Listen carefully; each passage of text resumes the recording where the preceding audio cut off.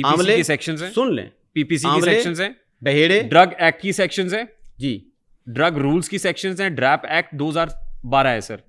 آپ کہہ رہے ہیں قانون نہیں ہے. قانون ہے سر, عملداری نہیں ہے, عملداری نہیں ہے حکیم صاحب. یہ قانون ڈاکٹروں کا بنایا ہوا ہے. میری بات آپ سن لیں, اس لیے آپ مانتے نہیں ہیں. میری سن لینا بات, یہی تو تضاد ہے.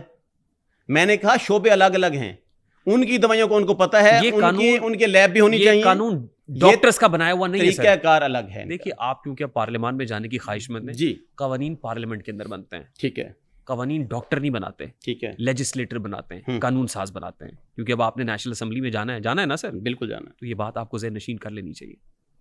یہ ڈاکٹر کا بنایا ہوا قانون نہیں ہے. میری بات سن لیں, یہ قانون ہی غلط ہے.